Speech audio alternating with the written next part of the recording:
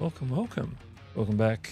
It's another week YouTube creator news. I hope everyone has had a pretty good week. I've had a pretty good week, had a busy week. And we're back with some more YouTube news coming up in just a few minutes. We will get started on the news and talk about all the announcements.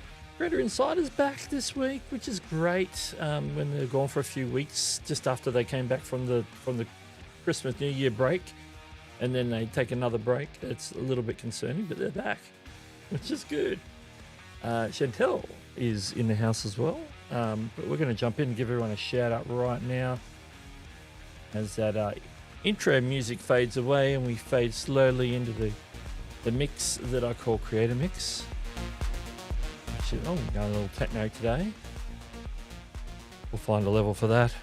We've got the music working today, which is great. We've got the last call fixed. We've got the little musical interludes as we go to certain screens. So I think everything's back and working as it should be. And we're going out horizontal and vertical. We're doing it. We're doing it all. As we did, it worked well last week. Just the one of each using the eCam feature, not the YouTube feature. And yeah, we'll get more into that in a second, but I'm going to jump in and we're going to start shouting people out and seeing who's in the chat, who's joining us today. Just making sure all my buttons are pressed. I don't know how I feel about some of the placement on some of this stuff on the vertical, so my last week to make a decision on that. All right, let's start seeing who we have here. Let's bring them up first. I've also got still got the members autoplay on. That's why the members comments automatically pop up, which I did find a little bit tricky, and I did notice it starting in on this one. I was like, we'll see. This will be the last week of testing that. We had Monique first. I brought Monique up, and then I talked too much. Welcome everybody. Livestream Consultants is in the house, coming from the darkness first thing in the morning, as it is. Larry, Home Rep Repair is here, bright and early after being on Roberto's stream last night for a while.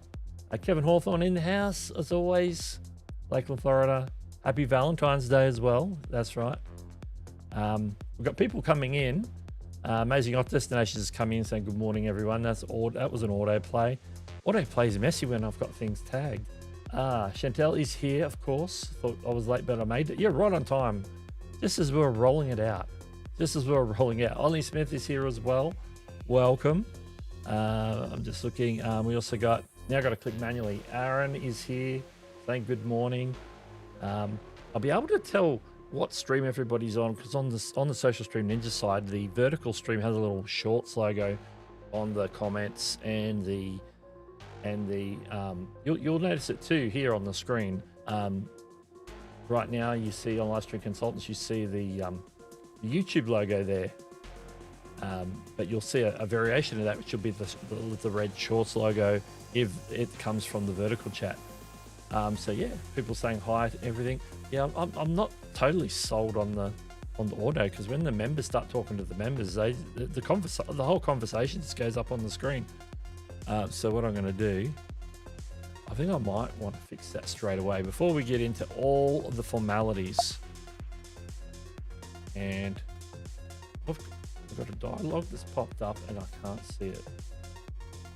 I can't click on it to clear it. It's behind something. It's usually when I've got no.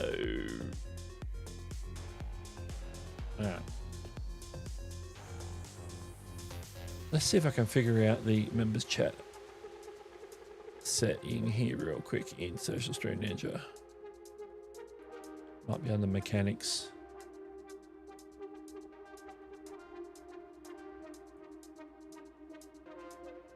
This the lever. Well, let's see if that works, or whether if I have to reset, then it'll wait till next week. Chantel says, yeah, it's so annoying. I'm going to grab my laptop. I was on vertical, stopped and went and searched for the horizontal on my phone. Yeah, some people definitely have preference as to which one they want. So hopefully the one that I always share in the tweet will be the horizontal. I won't share the vertical in the thing. I just sort of want to let the vertical do its own thing. Like on the vertical today, I've turned on automatic ads. So ads might pop on if you're in the shorts feed I think I set for like every 18 minutes. So it's not like all the time. I just want to see how that does. I don't want to do that to the horizontal experience for the regulars. I want to just let them have the ad maybe as you come in, but not during the thing. I'm not into that. Frankie's here. Welcome. Hello. And we will see if those members' comments continue to come up. I've toggled it off, but it may be baked in, but I'm not sure. Oh, it's still coming up because I didn't highlight that one from Larry there. That came up automatically. Okay, it'll be off for the next stream. It's all good. It's all fine. Yeah, hope everyone's had a great week. I had a busy week. I did put out a bit of content. I had my main video on the channel. All my content was on this channel, and I've dropped 2 shorts. One thing I was doing, I'll tell you the story about the 2 shorts that I posted this week, and then we're going to get into the news. Firstly, I was watching right after my stream last week. Of course, I was over there modding and doing all the things I do on Nick and D's stream. And right at the start, they were talking about a story mode for Agent Opus, and Nick was talking about how good it is, and I'm like, you know what, I haven't checked this thing out. This looks interesting. And then I went and checked it out, and I'm like, let me upload 2 scripts. Well, I did one, and they were based on some of the news stories from last week. So it'd be like a little, 1 minute ish vertical video short. And so I uploaded the script. I actually told it to use my voice because I had my voice loaded into Opus, Agent Opus, from when I was mucking around with it before Christmas. But when I put it out, the visuals are very good. You'll see the 2 shorts that I put up. But what you'll find is that if you look at the version of the one I have actually uploaded to TikTok, it's got a female voice. It's got like an American female voice. I'm like, yeah, on TikTok, I don't care. So I'll put it up on TikTok.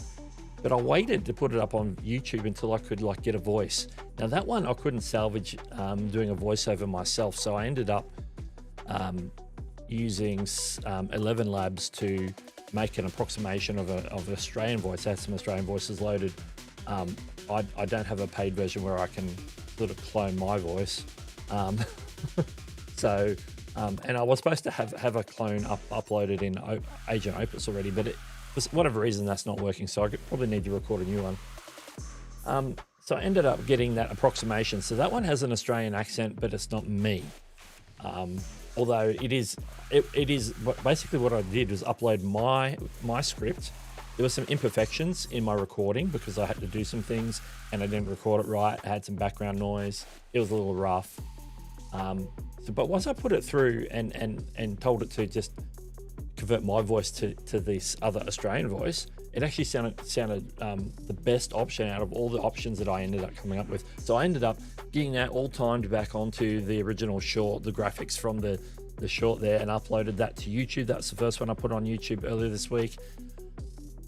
And then the second one, I made sure I recorded my own voice better because it had the same thing happen. The second one had a female American voice. I didn't want to upload it on my channel with that voice. I wanted my voice on it. So I went ahead and recorded it. I made sure I recorded it properly, unlike the first one, and then timed that all out and exported it. I think I put it up yesterday. I think it went up about 24 hours ago. So there's one there on this week, sort of covering the auto dubbing update, and the other one is covering the legal one, the one talking about reaction videos, which we talked about in last week's show. So they're the 2 that I put up this week, and I've also been experimenting now that I'm running Ecamm beta, dual mode. So I've got a horizontal and a vertical recording right to my computer, so it's not even re-downloading the recorded stream from YouTube. It's the better quality. It's the local quality. I ran that through Gemini to see if it could locate segments that I could pull out for shorts, and it gave me, I think, about 5 or 6. And so I cut them out during the week, and I've got them sitting in a timeline. I've done the first one, but I haven't uploaded it anywhere as yet. So that's the sort of the story of my content creation this week. Let me jump back into the chat, because I said there's a bit of chat, a bit of activity, people coming in, like Eladin Baby. Koku? Is it Koku? It's 1 O and then K and 2 O's. Hello? Well, regardless, welcome to the stream. Anthony Goodley is here as well. Says, hello, you a YouTube employee? No. The white T after my name does not mean I'm a YouTube employee. It just means that I do talk a lot about YouTube on the channel. That's what the YT stands for. It's because I have a viewing channel and it's got my name on it as well. That I put YT. Like I've dabbled with taking the YT off, but I've always put it back on because I'm so used to it now. So no, I'm not a YouTube employee, but I do talk about YouTube. I found it from the two brothers. I get it now. Yeah. Nick and D. That was probably Nick and D. They're the two brothers, unless you talk about Justin Brown and Mike Brown. They're the only other two brothers I know on YouTube that I'm acquainted with. Yeah, let's see what else we got.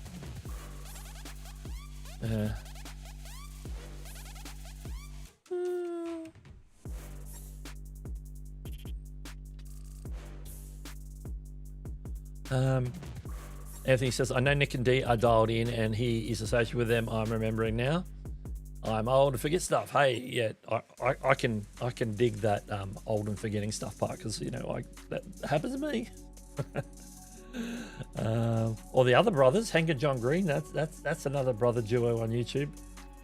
Not one that I'm directly related to as much as Nick and D and even Justin and Mike. Okay. I'll catch up on the chat and we're going to jump in. Let's see. Larry Darrell and his older brother Darry. I think I clicked. Oh no, it would have been up and I clicked on it, went off. Anyway, I think it's time to get into the news. I feel like I've rambled already. I feel like I'm rambling. I'm gonna just sort of adjust that because that's a little loud. My ears that could just need that. Let's do this thing. Let's talk about the news. Stay tuned for Creator News. Oh, that was loud in my ears.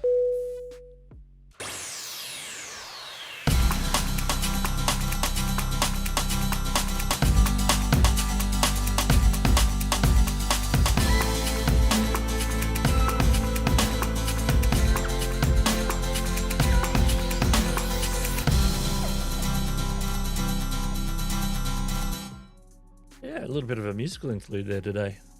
I don't know if that's too long, but we'll see. Creator Insider's back this week at YouTube, or as I like to say, when it's Tuesday, it's Newsday, and it was on a Tuesday this week, so I'm happy. Creator Insider video is back. There are 2 quick notes on that this week. Only 2. Been a little quiet since coming back from the New Year's break. Firstly, we're going to talk about auto captions when muted. So captions automatically coming on when a device is muted and or the volume is muted on the video, but the video is still playing. And Add Motion, Shorts AI is rolling out, and we'll talk all about that. So let's go. All right, let's talk about automatic captions on mute. Captions now automatically turn on when a user mutes their device while watching a video and turned off when unmuted. So it's like it's sort of automatic toggle, because sometimes if you leave the video playing, you might want to be able to understand what is going on, because you've turned it down because you need to maybe have a conversation or not disturb people or something. So they're giving you the chance that, hey, we're just going to put the captions on. If you turn the audio back up, the captions go back off.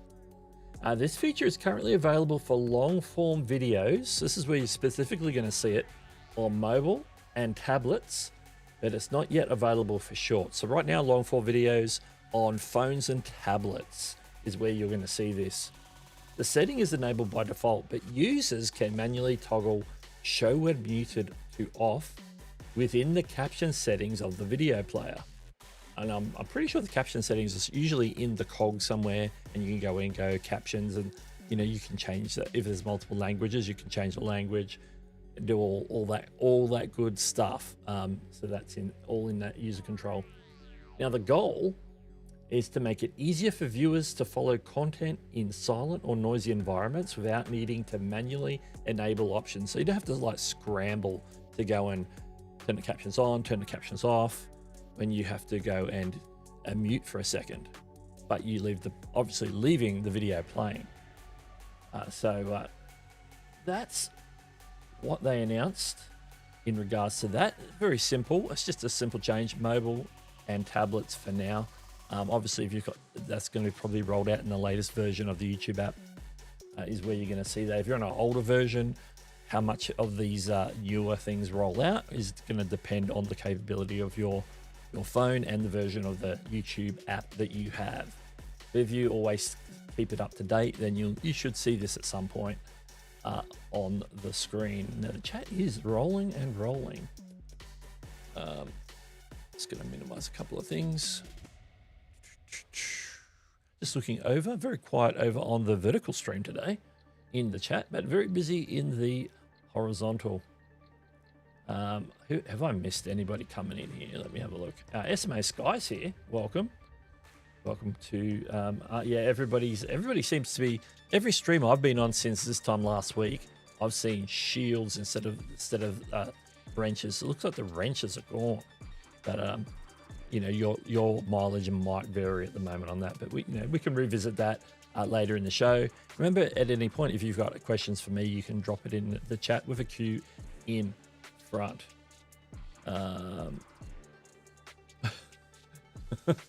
Or known as the blob, because it doesn't have any definition. Yeah, that's exactly what I was saying. It's a brand new feature that they rolled out on the mobile devices. Yeah, it does somewhat look like a police badge. You're right, a shield police badge. Absolutely. Anything else? Just having a quick look. We're going to get into that conversation by the looks of things. All right, let's go to the second story from Creator Insider today. Add motion tool for shorts. Oh, we're going to have a bit of show and tell on this one. This is a new AI-powered creative tool that's rolling out to help creators quickly generate animated content. Now, you might have seen this one teased at Made on YouTube back in September last year. This is one of the AI generation tools, which is now out in most places. We'll see the details on that in a second. Creators can turn a single photo, so you can just take a still photo of yourself and turn it into an 8-second animated short using preset motions.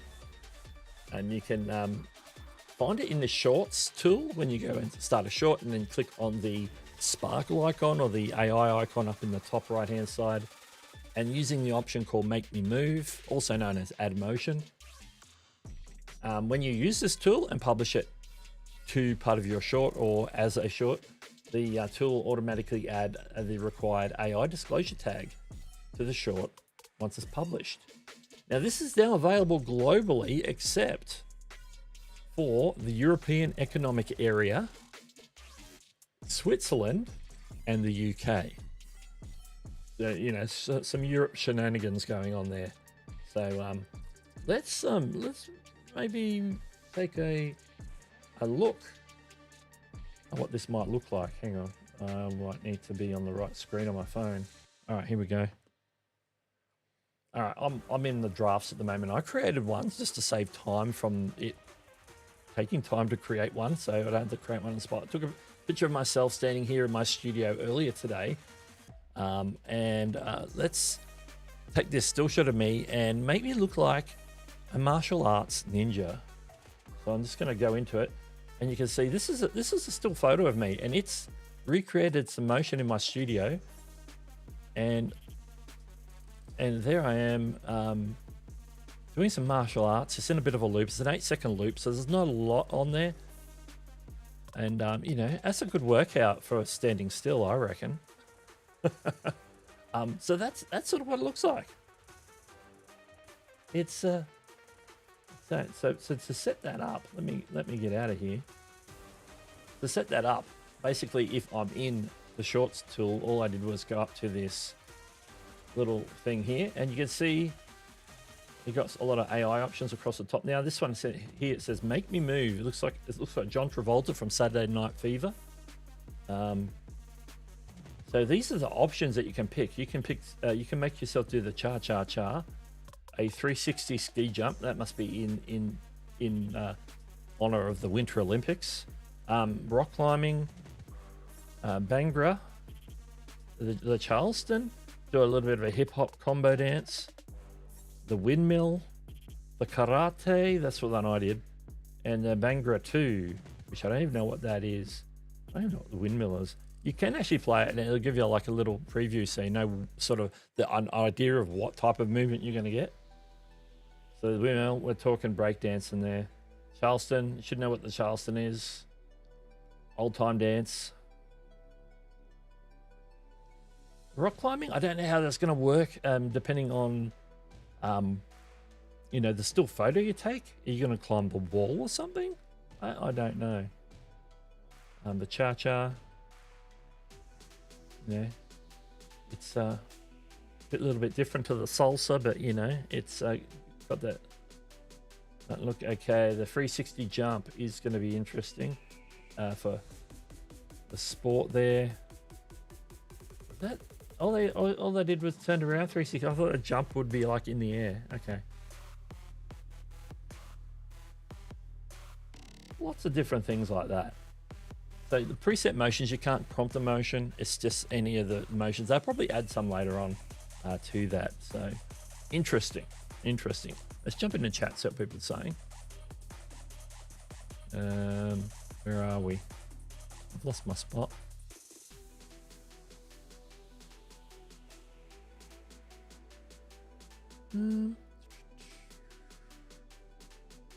Yeah, people still talk about the wrench and the shield.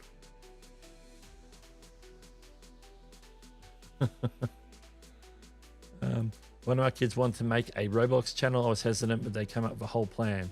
I took the avatar and used the AI short thing. I thought it looked great, but it totally freaked them out. It was also talking, and I told it to do what the avatar screenshot made it wave. Yeah, it can be a little bit crazy. Sometimes it'll like AI will add stuff that you didn't ask for. It's like thinking for itself. It'll like throw in a little bit of extra noise or a weird motion that you didn't actually ask for, but it's like, okay, that's a bit different. I don't know how I feel about that. Yeah, some people are really have mixed emotions about sort of just animating, like a simple animation like that, like taking a still shot of me. Like I'm just gonna click this one, and I'm just gonna take that same photo. I just want to see how this rock climbing one works, but it can run while I'm reading the comments. Did you do the avatar thing? I haven't done anything with Sora. I basically am exclusive to Gemini stuff at the moment. So you know, Nano, Banana, and Veo, but you know, most of my stuff is just like doing like, you know, pre-production, post-production, helping with scripts and titles and tags, you know, time saver sort of stuff. But I do get it to help with some imagery, and I usually take that and tweak it and make it my own, because I don't always happy with the result. Okay, it's got to 100% and it's thinking. Last time I did this, it hung for a while, so I'm just going to let that hang while I catch up on the chat, and then we'll move on to the next story. It was a screenshot from Roblox Studio, and he used YouTube AI Shorts generate a video from photo. Yeah, because you can, there's that option in the Shorts, and you can use a YouTube Create app as well. where you can take a still image and just animate it for 8 seconds. It's just a general VO animate, which is what this is based on, but this is like specific motion that it's applying, as opposed to take this and animate the character to do this, this, and this with a basic prompt. This one is like built in.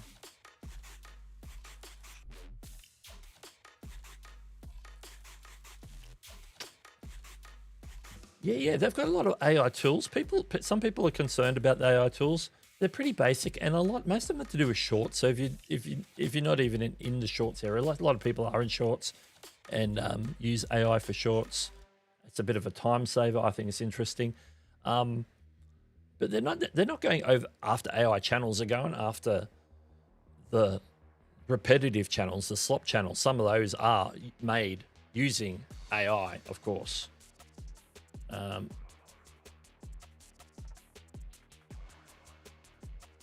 Click done, because that can sometimes kick me out of here. It's sort of hanging there. I'll come back if it finishes. Actually, if I click that, it's going to go to the next story. But I will do that. I'm going to bring the story up, and I'm just going to finish looking at the chat. AI audio is really good these days, but I can still tell. Yeah, absolutely. There's some telltale signs. It's getting better though, so it's going to be harder to tell in the future. Brent says, how does a creator get that 1,000K check mark without getting 1,000 subs? Back in the day, there was a different criteria, and people who worked for or did certain things, they worked for like associated companies with YouTube and so forth, were given check marks to verify that they are who they said they were. People like Andrew Can, that happened to him back in the day. He had a check mark. He's only got 15,000 subscribers. He's not a lot bigger than in subscriber size on my channel.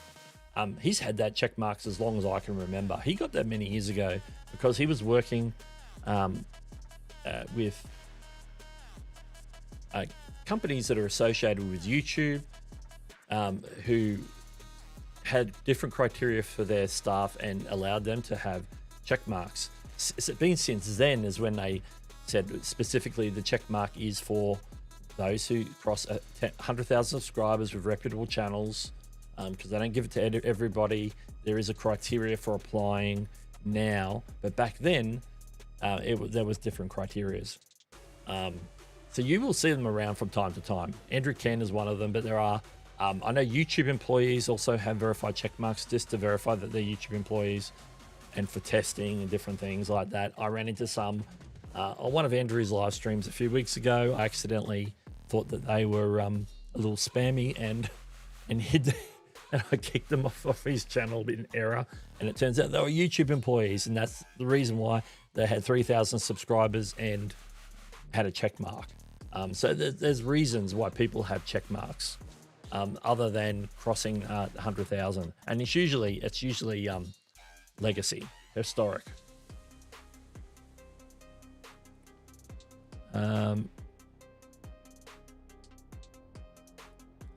Yeah, sometimes famous people might get that check mark early because they need it for the purposes of avoiding impersonation or telling the real one apart from the impersonators, if you know what I mean.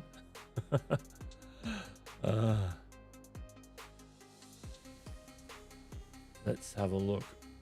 I'm running behind here. Need to get caught up on this chat.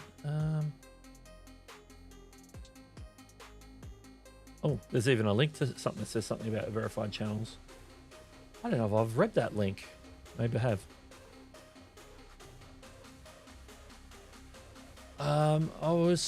The shopping icon. Oh, because I tagged some products, but I didn't have them come up as like an auto. Yeah, I tagged some products today just because I was set up on time to like do all the extracurricular stuff. I don't have them set for pinning, so but there would have been one pinned. It probably was a hat, first one in the list. On the vertical stream, I've got them rotating. Thought I'm going to test different things on the vertical stream. There's no one over there. All right, let me see if I can get caught up here, because I know there's a super chat in the mix. Where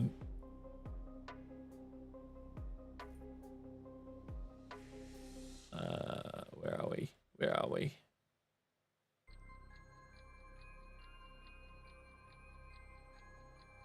As my guy says, I haven't quite figured out how to use or what content to make using their shorts for AI. Maybe animating my telescope, but I could, yeah, get creative with it. See what like makes sense. So some stuff and some tools don't make sense for certain types of channels. So you know, the whole change your name and the check mark disappears thing. Yeah, I have heard about that. I have not experienced in person. Yes, exactly. And Brent, thank you for the super chat. thank you for the super chat. You know, happy to answer the question as best of my ability, my understanding, because I pick up a few things over the years. Like, why does this person have a check mark?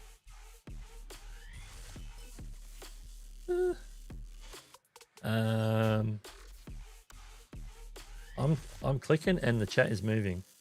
Yeah, Anthony, it's all good. Asking questions is part of the show. I'm really happy to answer questions as they come up.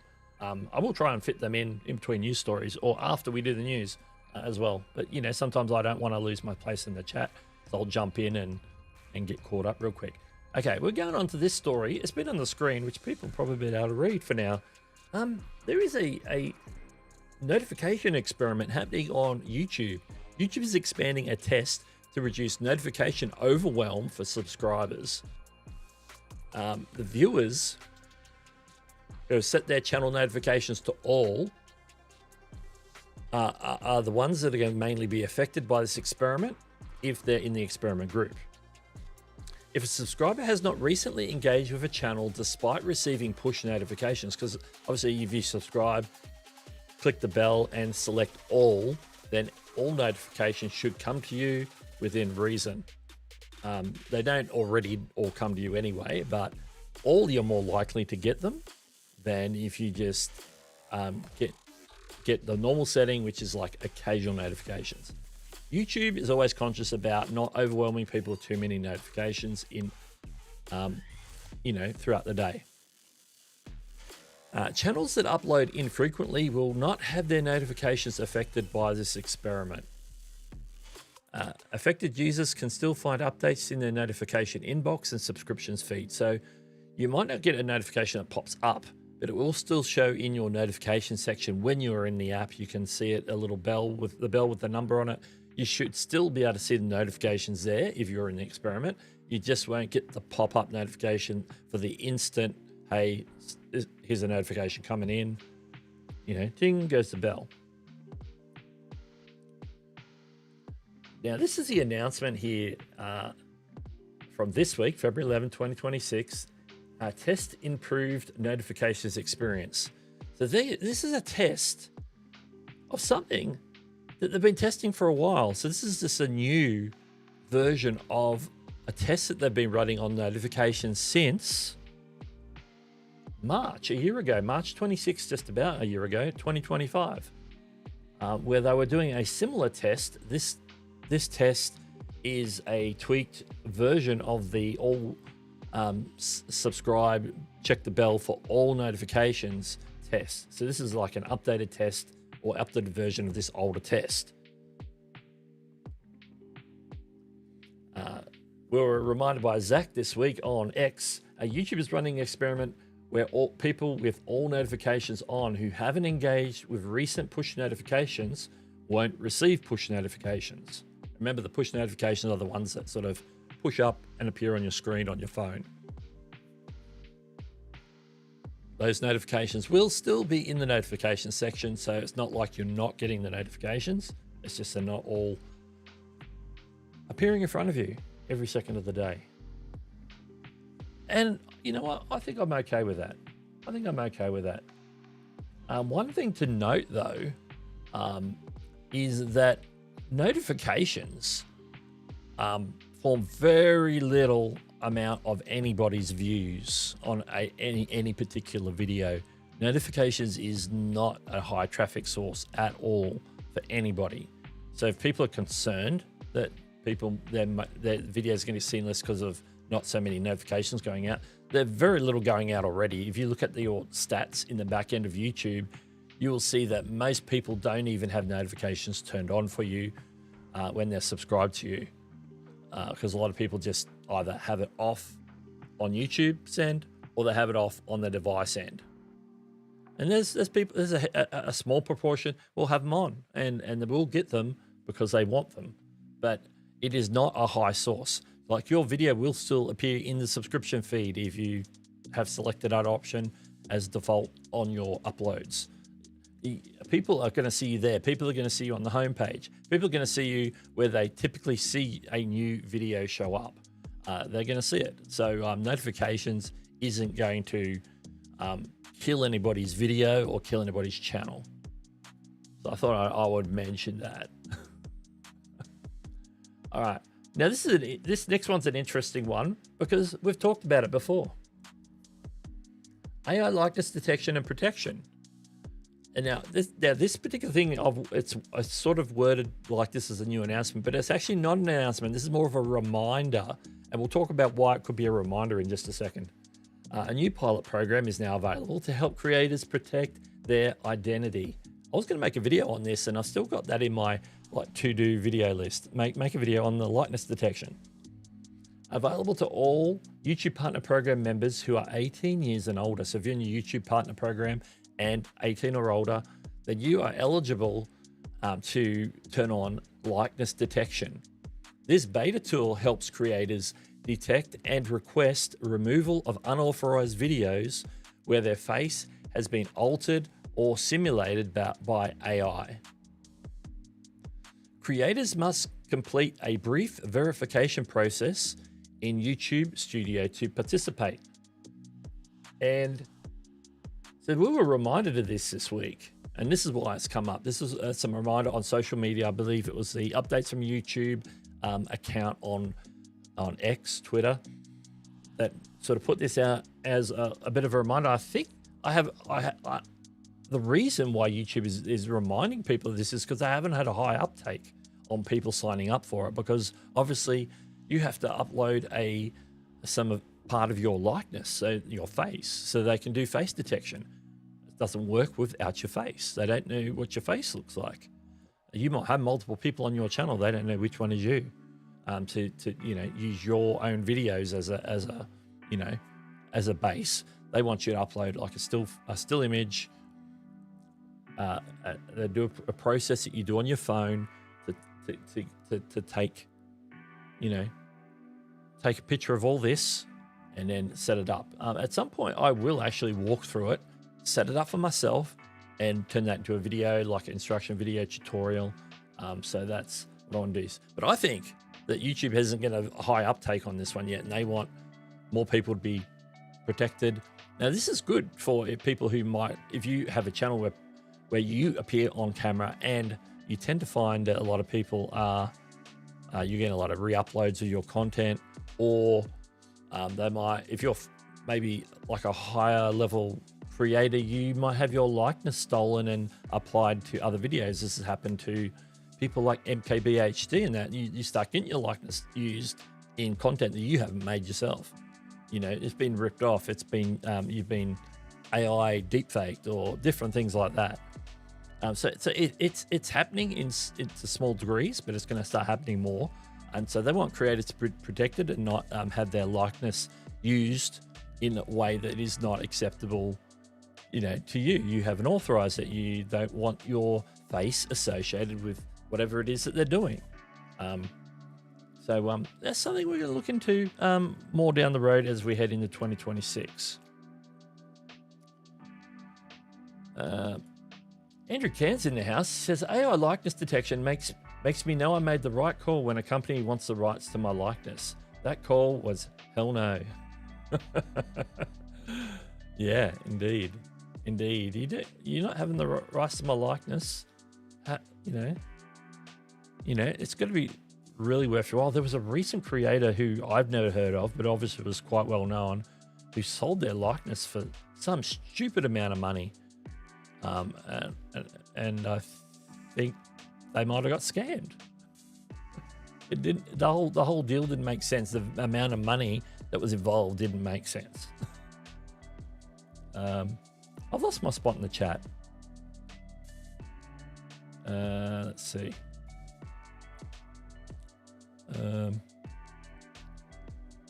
I'll scroll, see if there's any questions.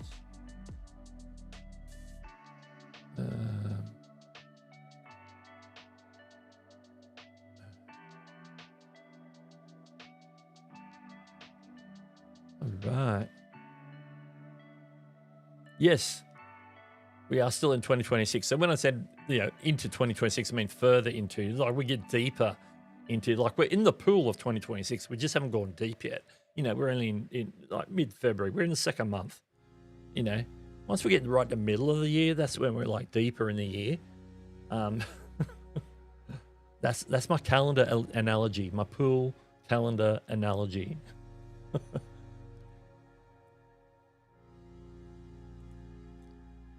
Wise cats. My cats got me up so I could watch Doug live. There we go. Yeah. And you've got plenty of time to prepare for your stream later on the Opus channel. You have many hours to prepare. Did I travel to 2025? Some people wish they could. It's the Dougorian calendar. Love it. All right, next. Let's continue moving on. Okay, there was an interesting article this week. A study on engagement. This particularly relates to YouTube. So a few snippets out of this article.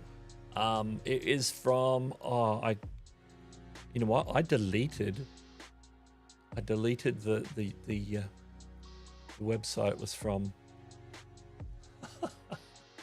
Oh me. Anyway, all the information we need is here. The recent study by it's like an e-marketing company, I think it was e-marketing or something like that. I think it was called. A recent study highlights how video length significantly impacts organic engagement rates on YouTube. So engagement, we're talking about like commenting and liking and doing all the where the viewer's reaching back out to the content creator. It says that content between 1 and 3 minutes leads the pack with a 2.5% engagement rate. The videos between 3 to 5 minutes perform the worst at 0.8%. And then engagement picks back up for videos 10 minutes or longer, reaching about 1.7%. And then videos that are under 30 seconds receive a 1.1% organic engagement rate. So if they're super short, 1%. If they're in that 1 minute to 3 minute mark, so it goes over 1 minute up to 3 minutes. So, the better part of a longer short, 2.5% engagement rate. The data suggests that audience intent is more important than sheer brevity. Viewers engage more when the content provides value density relative to its length. So whether you make short videos or long videos, I've got my hands out, you can't see them there, unless you're on the vertical feed, you can see my hands a little bit. Whether you're doing short content, long content, jam-pack your videos with value. And if there's value that provokes thought or a feeling or emotion, then you're more likely going to get a like, a comment on that video. Particularly if you move them in some way, you are more likely to get a comment on the video. But this is, and of course, as Anya says, that she doesn't have much faith in these types of studies. Unless the numbers come directly from YouTube. That's right. It's like, it'd be interesting to see what the sample size was on these. Like, is it deep sample size, or was it a small cross section? Obviously, they're testing all lengths, including shorts and longs and ultra longs and shorts. Ultra short, ultra longs, ultra shorts. So it's just food for thought. I just thought that was an interesting article to be tuning into this week.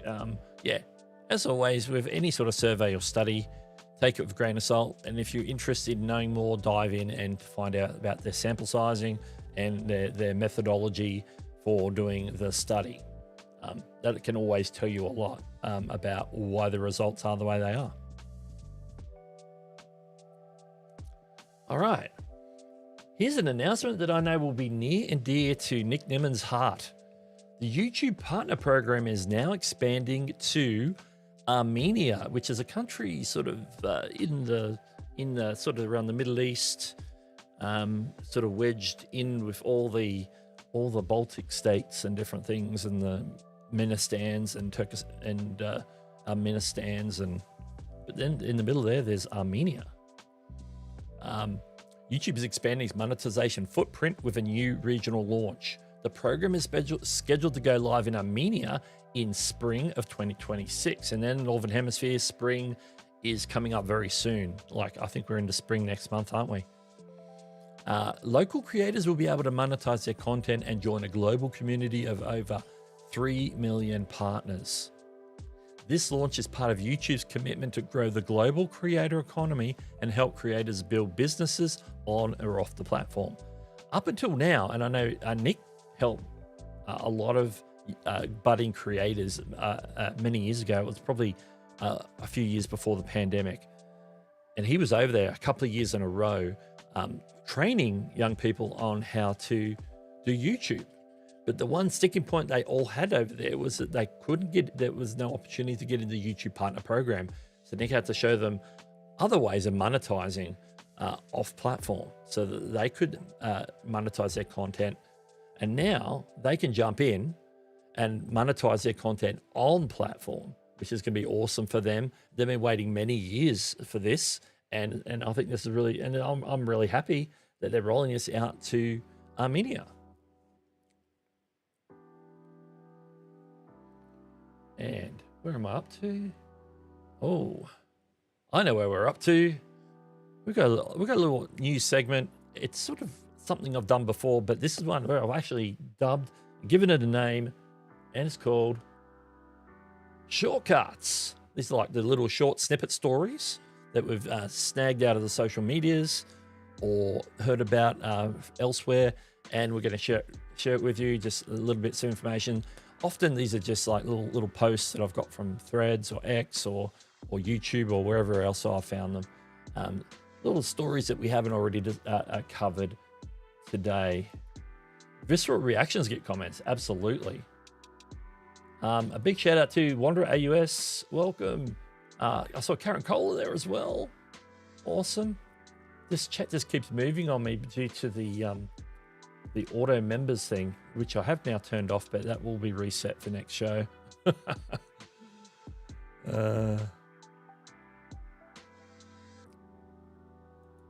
For tutorial relief of finally getting help is the real thing. Yes. Andrew says, I remember that Nick really is ahead of the game and happy for this news. Yeah, I'm sure he is. I'm sure he is. I hope he mentions it because I want to see the big smile on his face. He talks about it on today's show. So I'd be shocked if he isn't aware of this news because he keeps abreast of the news. You know that. All right. Let's jump into the shortcuts. I need a little jingle on this shortcuts intro.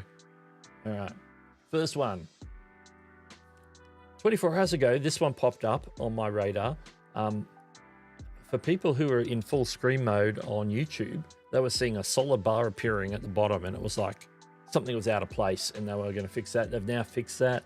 So this is a bit of a PSA. You might have been seeing a black or grey bar cutting off the bottom of the screen in full screen mode. In some cases, the bar might appear white. So it could be black, grey, or white. Okay, but they fixed it. They come back, updated, said they're fixed. People reported the issue. So a little bug on YouTube. Bugs happen on YouTube all the time. So if you see something that looks a bit out of place, doesn't look like it's a feature, it's probably a bug. Okay. These are supposed to be quick, so we're going to run through them. Okay, this one. YouTube plans to launch new AI tools, which they constantly are these days, to match brands with high impact creators. This came from a Google article actually. When I dived in earlier, YouTube is rolling out AI that analyzes creators, content, and audiences to match brands with creators most likely to drive sales.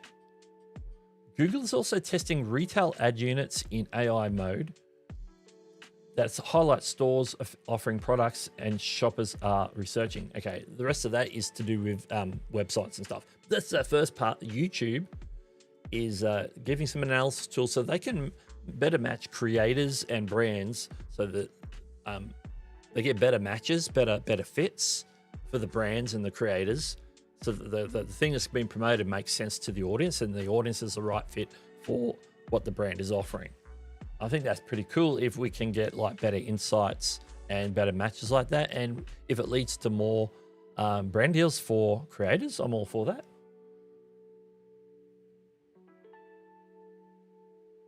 And shout out to David's Little Natural Gym, Dang for short.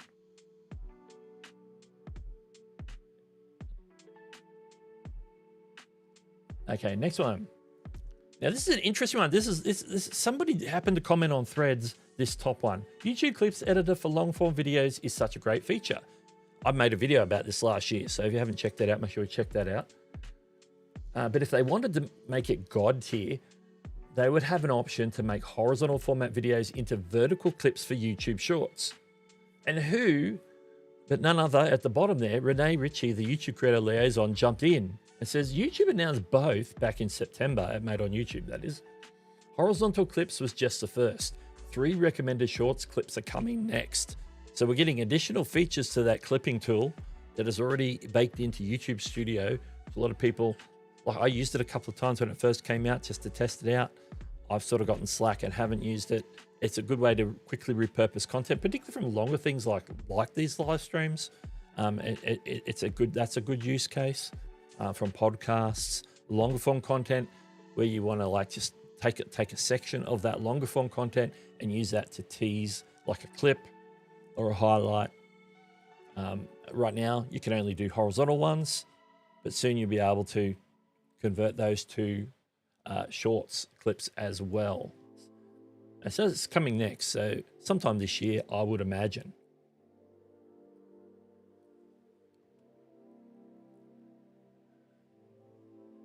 Next one. This is another feature that's coming up. And this is a little bit of a reminder that we got via Roberta Blake reshared this. This is from this creator here. It says, YouTube just changed the thumbnail game for global creators. So this is in relation to when we're making multi-language videos. So we're doing videos, we're changing the audio tracks to different things, not necessarily auto dubbing, but multi-language audio as well, where we're purposely making foreign language audio tracks and putting them on the video. And then you have the ability to, obviously the title can be in that foreign language, the description can be in that foreign language. But some people like Mr. Beast are already trialing out the option to have a unique thumbnail for every language that you have uploaded to your channel, or you have multi-track. So when, if their preferred language is Spanish, it might be a Spanish thumbnail. You can see Mr. Beast's example thumbnails here. They're a little bit small here. They don't have any text on them, but he's making them region specific by changing the currency, because he's laying like in a bed of cash. The currency is related to the thing, and he's also putting like the. I'm not sure if the little ball logo is part of Mr. Beast's logo, or whether that's just part of the demonstration to show you, hey, this is China, this is Korea, this is whatever. So you know you can do it uniquely by using imagery that is language specific or region specific, not just. You could just change out the text too. You could be changing the text from English to Spanish to Hindi to French to German to Korean to Japanese. You know, all those. So right now, only some channels He says bigger channels like Mr. Beast, but it's just whoever YouTube is in the test beta program. A lot of them are larger channels, not all of them are. Some of them are more technical channels.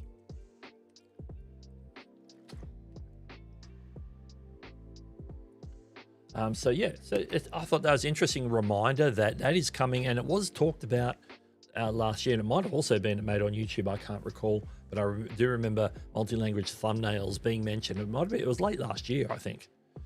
It did come up in the news. I think we even mentioned it here. I just thought I'd drop that as a reminder. And our last thing is Neil Mahan, the CEO of YouTube, regularly sort of posts updates and reminders and aggregations of some of the recent feature updates that are rolled out. And so he's done another reminder this week of the last few weeks, which is always good. He usually backs this up every couple of weeks, every 3 weeks, every month. He reminds us of that now that auto dubbing is now available to all YouTube channels. We did a bit of a talk about that last week on the show. Expanded library of 27 languages, and 8 of these languages are powered by expressive speech. One of the short that I dropped yesterday was all about that. So that's one of them. He's also talking about RStudio. Has expanded to 30 new countries and markets across Europe and Latin America. Unfortunately, we don't have RStudio here in Australia yet. It's a bit of a bust for us. A YouTube shopping affiliate program is live in, I believe that flag is Japan. Could be wrong. I think it's Japan. So YouTube creators can earn by tagging products from partners like whatever that brand is. It's a little bit small for me to read. And the other thing we found out a couple of days ago, YouTube just rolled out a native app for Apple Vision OS. And that's, the Apple's goggles that people on their head. They didn't sell real well. They were overpriced, very expensive. At the time that they launched, YouTube didn't put out a native app for them to use. This week, they've rolled that out. Go figure. And then finally, he's mentioned that YouTube YouTube creators in Armenia will soon be able to join the YouTube partner program, which we just talked about. So, awful lot of great little recap by Neil. I like his recaps because he sometimes reminds me of things that I've forgotten about, even if they are recent. Cause it brings these back to mind. I think it's time. Jump back out, go full screen, and answer questions. So if you've got a question for me, drop it in the chat with a Q in front of it for the last part of the show, which we are in that latter part of the show. I'm going to just go back and make sure I haven't missed any pertinent comments that I need to maybe highlight or answer a question. I think I'm here somewhere. Or comments like these ones. A lot of channels leaning into the long form, as there are a lot of TV viewers now, and there are less likely to jump away once the video starts. That's true. Live streams do well on TV, like sort of longer podcast episodes. If you make like episodic length episodes of your series, if you're doing a series, maybe you put out like an episode a week or an episode a month, or you drop them in a chunk, however you do that. TV is your ideal place for people to like find them and join them and do all the things. I like it.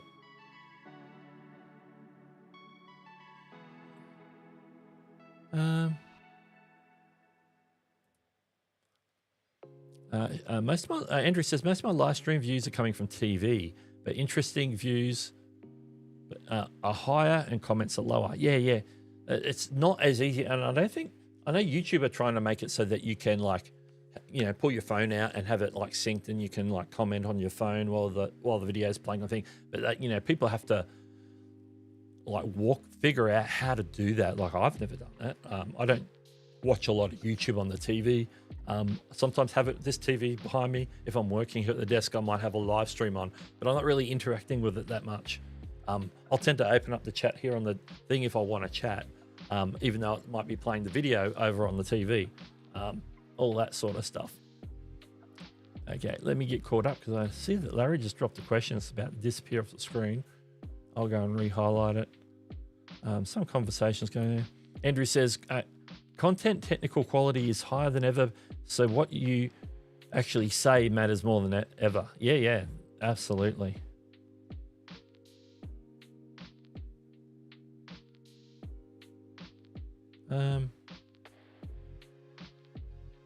Yeah. Karen says, I have brands email me and leave links. I don't respond. If the sponsor came through YouTube, I might trust them. Yeah, it's like when people approach with email via email, it's like how do you vet those people? You know, how do you know?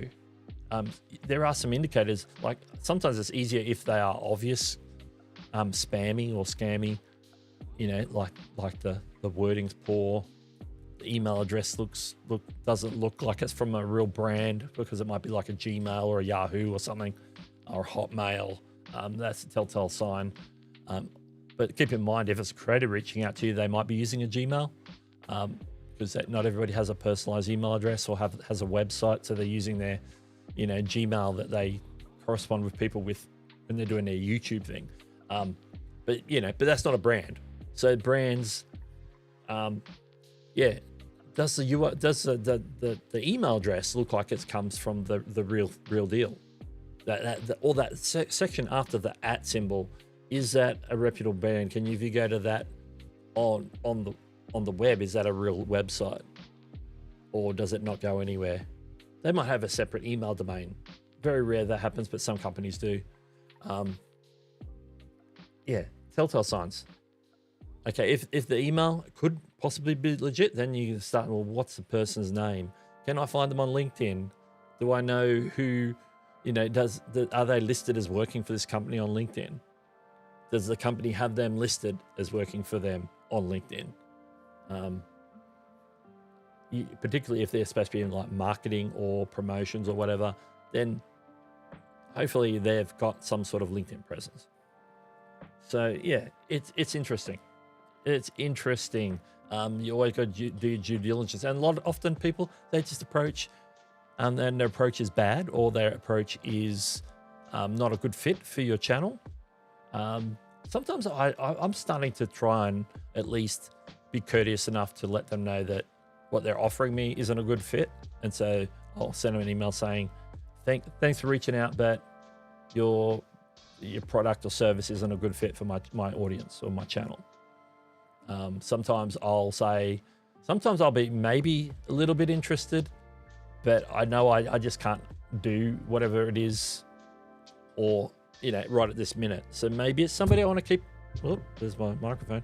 Somebody I want to keep on my radar, and so I might send them an email saying, don't have any availability right now, but you know, maybe revisit in, you know, some point in the future. And they're usually usually get pretty positive response from that. Then you get the weird people who you give some answer to, and then you get bombarded with 2 or 3 different people from the same brand reaching out to you within a week of each other, because they must be doing some sort of blitz, not cross-referencing their lists, and you're getting hit up by 2 or 3 different people from the same place for the same deal, for the same brand offer, what it is. So, you know, you got to do your due diligence, and it's ever, you know, yeah. If you don't have the bandwidth for it, you just got to let it go by the wayside, don't you? All right, I want to try and get through some of these. Andrew says, a clipping tool makes me wonder what they consider the remixing feature. Same thing, just manually. Clipping tool makes me wonder what they consider remixing feature. Yeah, because yes, interesting, because remixing is pretty much exclusively turning something into a short exclusively. Now, there's the classic clipping tool on YouTube where it's like just a sharing tool. I think there's a maximum, I think it's 2 minutes or whatever it is that you can share from a video, and it takes them back to the original video. If they share it on social media, it's just like a share link. It's not them creating new content from that. Whereas this other clip tool that we were just talking about earlier is in YouTube Studio, is under videos. When you go down, you can clip sections, and it actually gives you like the transcript, and you can actually like find sections by text. It's like crazy. You can mark in points and out points and say, I want to go from there to there, and then upload that as a brand new video on your channel. And the ability to add a video, a little section at the start and a little section at the end. So you can give it a new start and ending if you want, maybe a new end screen, new start screen. Maybe you want to record a separate introduction for it. or maybe it's like just a title role or something, which, you know, for retention and that you tend not to use these days. But you can do it, and you can upload it as a new video and then therefore do all the things, give it its own thumbnail and everything, and it becomes like a shorter piece of content, a clip, essentially. So, you know, and sometimes when they roll, there's occasionally places YouTube will roll out a tool and call it the same thing as something else that they previously had out. And that's one of the ones that they did that.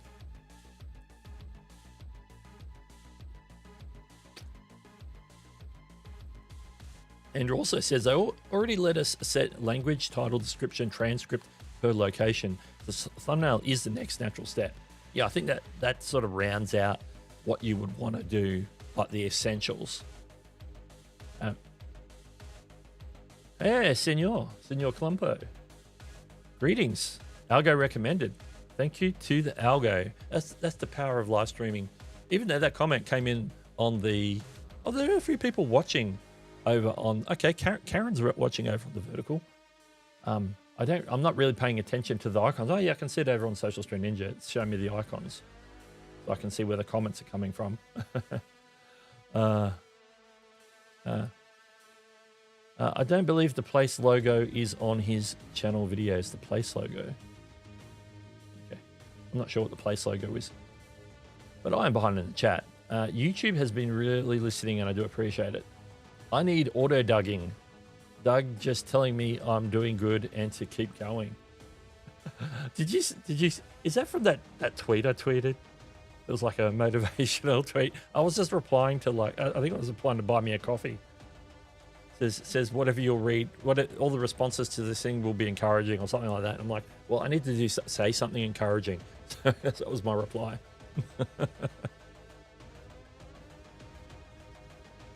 Okay, we got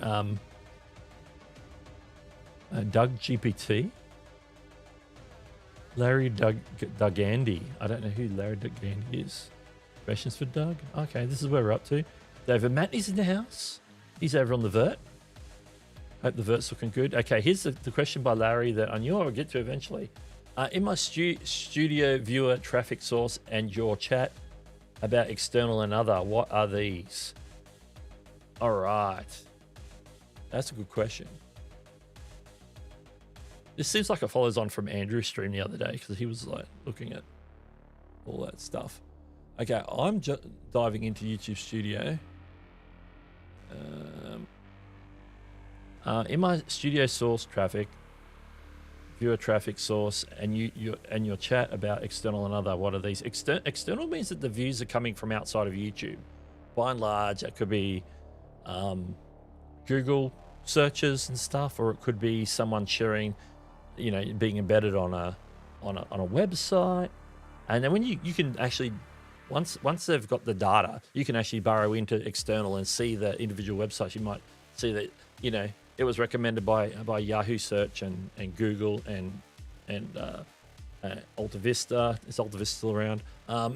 Yeah, all the different LLMs and whatnot, and somebody shared it on Twitter and social medias. Other is like, usually other, YouTube uses other when they really haven't got a category anywhere else for anything else. It's like something odd. Usually other means other YouTube ones that don't have specific traffic sources, I believe, from the top of my head. That's what that's about. There's more questions, so let me see if I can barrel through, because I'm going to have to, you know, call the thing.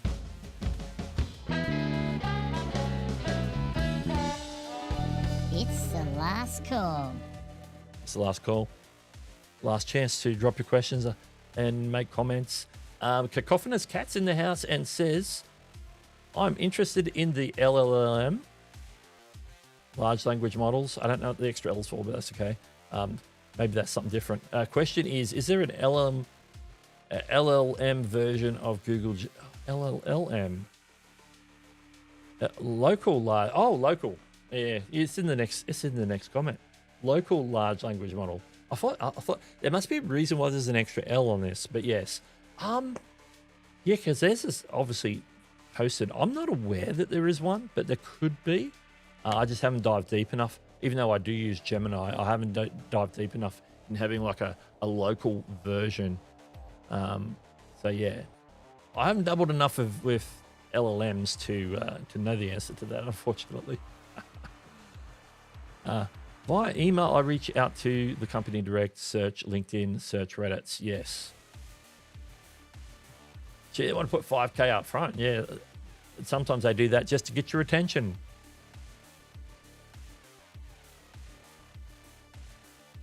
Yeah, because it does look Lego-ish when you sort of zoom in a little bit more and the closer on the map. Yeah, it's just a lot more of a dot menu. But yeah, it does have a Lego theme to it for sure. Do you think IO extensions are trustworthy? .io extensions. What does .io stand for? Oh, like in Frame.io? Okay. That's an extension. I think it's just an extension. I get a lot of "you suck, I better pay me" instant spam and block.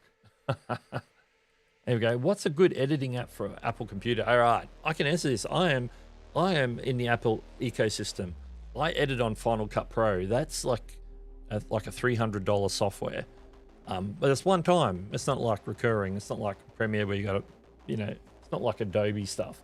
You can use, like, there is a version of Premiere. There's a version of DaVinci Resolve. So you can get a free DaVinci Resolve in a Mac version. So you can do that.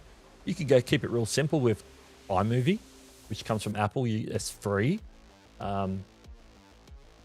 Most of the other brands you can get like a Mac version of. Like if you've been on PC before and used like Filmora or CapCut or any of those, you can get versions of those for Macs. Pretty much most editing software now will be available PC and Mac. Then you get the exceptions like Final Cut's Mac exclusive, iMovie's on Mac.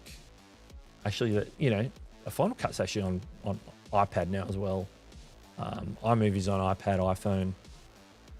But yeah, they're Apple exclusive, Apple devices. But yeah, a lot of the ones that are on PC, you can also get on Mac. So if there's something you like that's already on PC, then there's a chance that you can get a Mac version of it from their website. But yeah, me personally, I use Final Cut. When I first started, I would dabble with iMovie, and but I knew that I wanted Final Cut because I wanted the flexibility of being able to do whatever. iMovie's a little bit more limited, but it's all good. But yeah, basically most of the reputable apps will have a Mac version, so you're good. All right. If YouTube wants a clipping tool to be the next level auto flag, tell me the highest rewatch moments and then tell me to clip. Sounds like somebody needs to make a tool like that, like an online tool.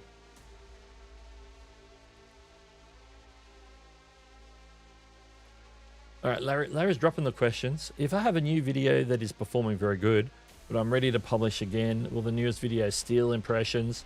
Are you trying to test me? Are you testing me? These are questions. These are questions that often show up on like Nick's stream and stuff like that.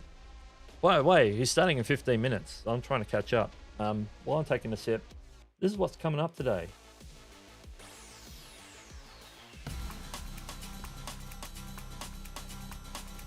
Nimbin Live, 9 a.m. Eastern. I believe, or 1 p.m. Eastern or thereabouts. Opus Clip, Roberto, Blake, and Andrew Ken. Roberto told me it was happening, so I included it today.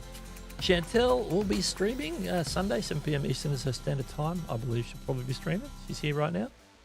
And I'll be back this time next week, 7:30 a.m. for YouTube Creator News. If there's news, then I'll be here.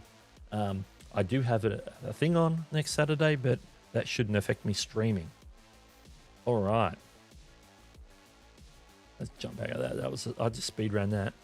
Okay, back to Larry's question. I don't want to seem like I'm avoiding the question. It would just depend on like how soon, like what's your normal cadence? Like, do you do like 2 videos a week? Like a Monday and a Friday or something like that. I would tend to post as normal, like post to your schedule, because your viewers are already used to you posting at that frequency. They're not going to be, they would have already, your regular viewers have already watched that one, especially if it's doing well, it's going out to a greater audience. Obviously, YouTube will try to put that one in front of those people as well. But if they've already seen the first one, then that's something else that you can actually take advantage of, because YouTube will try it straight away with those people who have recently watched your content. So they're more likely to click and watch that one too, particularly if they follow on from each other or on a similar topic. If they're vastly different content, then maybe hold off. Gee, I look pink in that, don't I? That's weird. I think I need to calibrate that TV. It's too red. But yeah, they're my thoughts. They're my thoughts. You know, we used to sometimes say when a video popped off is to let it breathe, and I think there is some value in that as well. So I think it just depends, is the answer that I would give. I probably want to like dive in and just take a deeper look. You know, wouldn't just like I just go, oh, it's doing well. Will I hold it? It's like, how well is it doing?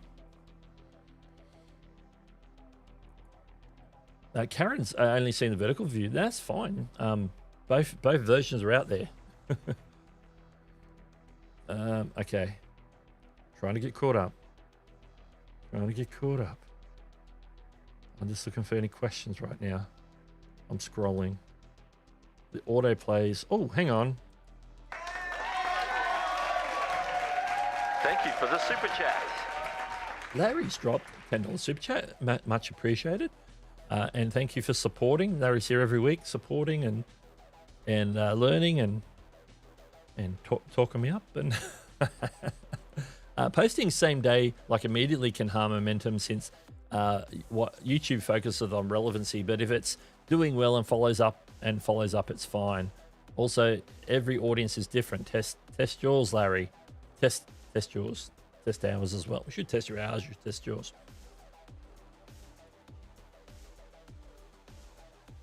Yeah, I think if it's a schedule,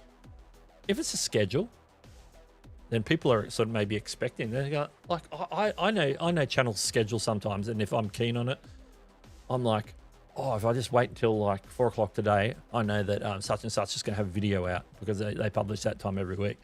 Yeah, something to look forward to, you know. So I dig it. Well, it's 12 minutes to Nemen Live. We're going to wrap things up. Before we do, let's just, Ecamm, what are you doing? Okay, Ecamm broke my things again. They keep breaking my text. But yeah, a big shout out. Not all the members are showing because the text changed size. But a big shout out to all the members on the channel today. Hewson Max in particular, Home Repair, Larry, and Ollie Smith. I didn't know that was going to fail. That seems to be a regular bug on this new Ecamm beta, so I might report that one. All right, we're going to wrap things up, let people go, get ready, make that coffee, and get ready for Nemen Live coming up in 11 minutes from now. What I'm going to do is say one last word, and that is, I'll catch you later.